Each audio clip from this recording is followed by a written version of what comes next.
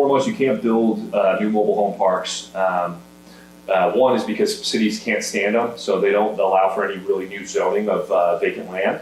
And then two, cities almost make zero tax dollars off mobile home parks. So really the city is going to be your biggest obstacle there. And then secondly, you know, the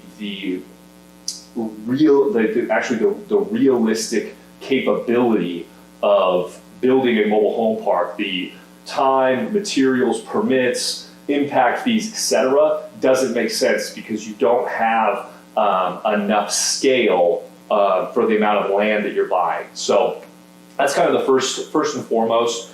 Secondly, is that 50% of all families in the United States need less than $500 a month in housing costs, and are right now on average, the average lot rent in the United States is $275.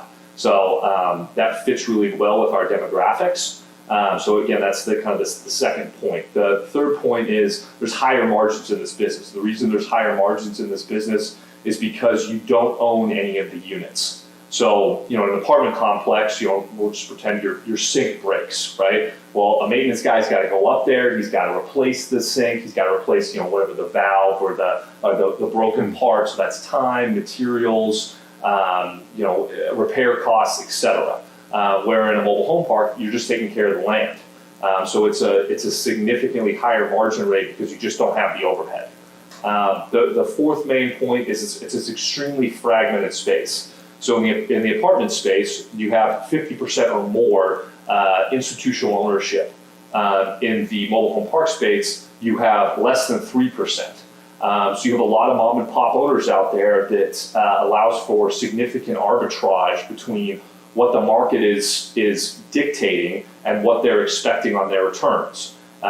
So, you know, again, for an example, you reach out to a mom and pop owner, they've owned the thing for 20 years, they've never really sold a piece of commercial real estate. The market for their piece of property is looking for $1 million, and you bid them at $700,000. I think that's a phenomenal price, so they take it. So again, the fragmented space that allows for you know, higher returns for investors. And the fifth and final point is the stigma.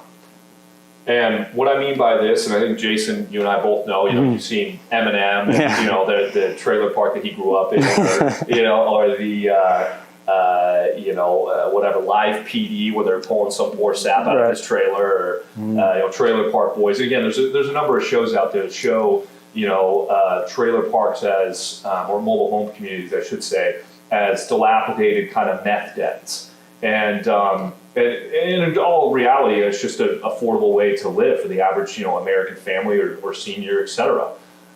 So, you know, but there is a stigma in America that allows for higher returns because you have a lot of investors that are scared of the tenant and scared of the asset class. And just a quick story. I was telling Jason this actually, you know, a couple of days ago, but I had an investor I was working with, and you know, he was kind of a big time investor. He was looking to invest a couple $1 million with us, and he wanted to kind of see some of the inventory out there. So I sent him a park actually up in Michigan that I really liked, and he said, you know, what do you think about this asset?